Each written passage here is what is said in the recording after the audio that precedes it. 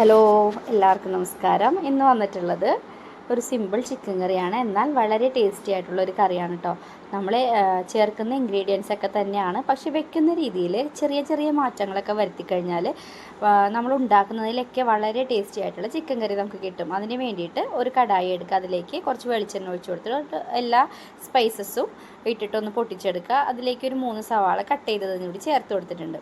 ഈ 3 സവാള കട്ട് ചെയ്തത് വലുതാണെങ്കിൽ 2 എണ്ണം മതിയാവും കേട്ടോ. ഞാനിവിടെ ഒരു 3/4 കിലോ ചിക്കനാണ് എടുത്തിട്ടുള്ളത്. അതിന് ഒരു 3 മീഡിയം സൈസ് സവാള ഞാൻ കട്ട് ചെയ്തെടുത്തിട്ടുണ്ട്. അതിലേക്ക് ഒരു 2 പച്ചമുളക് കീറിയതും കുറച്ച് ഇഞ്ചി വെളുത്തുള്ളി പേസ്റ്റ് അല്ല, ഞാൻ ഒന്ന് ചതച്ചെടുത്തിട്ടുള്ളൂ, അതും കൂടി ചേർത്ത് കൊടുത്തിട്ട് നല്ലപോലെ വഴച്ചെടുക്കാം. എന്നിട്ട് നമുക്കതിലേക്ക് കുറച്ച് കറിവേപ്പില ചേർത്ത് കൊടുക്കാം. കറിവേപ്പില എത്ര ചേർക്കുന്നോ അത്രയും നമ്മുടെ കറിക്ക് ടേസ്റ്റാണ് കേട്ടോ. അത് ഏത് കറിയായാലും നമ്മൾ ഫ്രഷ് കറിവേപ്പില കിട്ടുകയാണെങ്കിൽ അധികം ചേർത്ത് കൊടുക്കുക. പിന്നെ വലിയൊരു തക്കാളിയുടെ പകുതി മാത്രമേ ഞാൻ ഇതിലേക്ക് ചേർത്ത് കൊടുക്കുന്നുള്ളൂ കേട്ടോ. ഞാൻ എപ്പോഴും തക്കാളി കുറച്ചേ ചേർക്കാറുള്ളൂ. ഒരുപാട് തക്കാളി ചേർക്കുമ്പോൾ കറിക്ക് ഒരു പുളി ടേസ്റ്റ് വരും. അതുകൊണ്ട് പകുതി തക്കാളി മാത്രം ചേർത്ത് കൊടുത്തിട്ട് ഇത് നമുക്ക് നല്ലപോലെ വാട്ടിയെടുക്കാം. നമ്മൾ വാട്ടുന്ന സമയത്ത് അല്പം ഉപ്പും കൂടി ചേർക്കുകയാണെങ്കിൽ പെട്ടെന്ന് തന്നെ വഴണ്ടി കിട്ടും കേട്ടോ.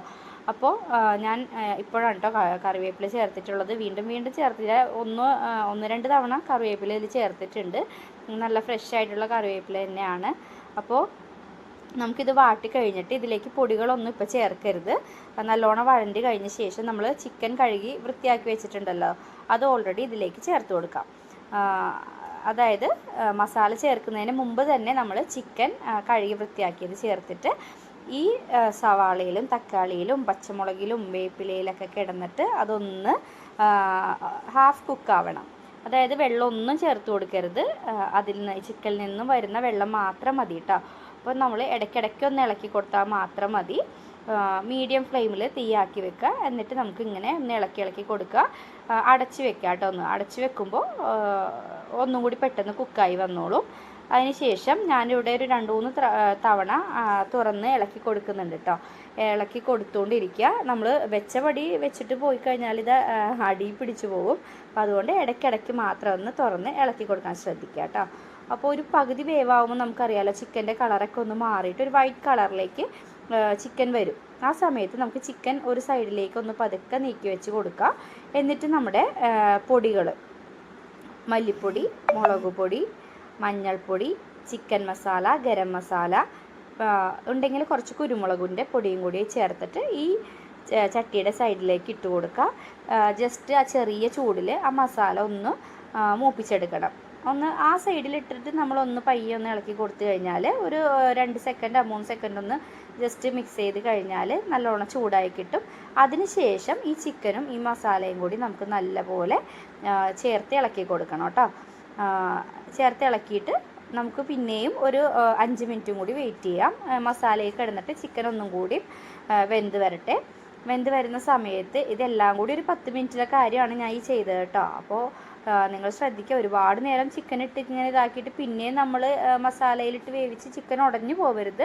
ഒരു ഹാഫ് കുക്കാവുമ്പോൾ മാത്രം മസാല ചേർത്ത് കൊടുക്കുക. വീണ്ടും ഒരു 3/4 വേവ് ആവാറാവുമ്പോഴേക്കും നമുക്കിതിലേക്ക് കുറച്ച് വെള്ളം, നമുക്ക് ചാറിന് എത്രയാണോ വെള്ളം ആവശ്യമായിട്ടുള്ളത് അത്രയും വെള്ളവും കൂടി ചേർത്ത് കൊടുക്കുക കേട്ടോ.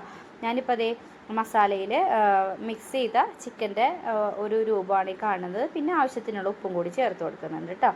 നമ്മൾ ആദ്യം കുറച്ച് ഉപ്പ് ചേർത്തിട്ടുണ്ടായിരുന്നു വാട്ടുന്ന സമയത്ത്. ഇപ്പോൾ ചിക്കനിലേക്കും കൂടി ആവശ്യമായ ഉപ്പും കൂടി ചേർത്ത് കൊടുത്തിട്ട് നമുക്കറിയാം, ഇതിങ്ങനെ കിടന്ന് വെന്ത് വരുന്ന സമയത്ത് എണ്ണ തെളിഞ്ഞ് വരുന്നൊരു സ്റ്റേജിലാണ് നമ്മളിതിലേക്ക് ഒരു ഗ്ലാസ് ചൂടുവെള്ളം അല്ലെങ്കിൽ 1.5 ഗ്ലാസ് ചൂടുവെള്ളം അത്ര ഒഴിച്ചു കൊടുക്കുക കേട്ടോ. ചാറ് എത്രയാണ് ആവശ്യം അത്രയും വെള്ളം ഒഴിച്ചു കൊടുക്കുക.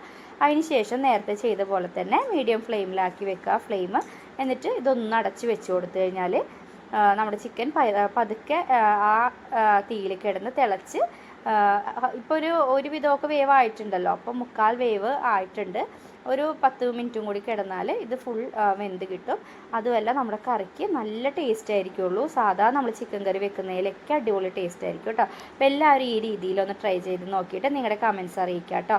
അപ്പോൾ ഞാൻ ലാസ്റ്റ് ഒരു 1/4 ടീസ്പൂൺ ഗരം മസാല കൂടി ചേർത്തിട്ട് കുറച്ച് കറിവേപ്പില കൂടി ചേർത്തിട്ട് കറി അടച്ചു വെക്കുന്നുണ്ട്.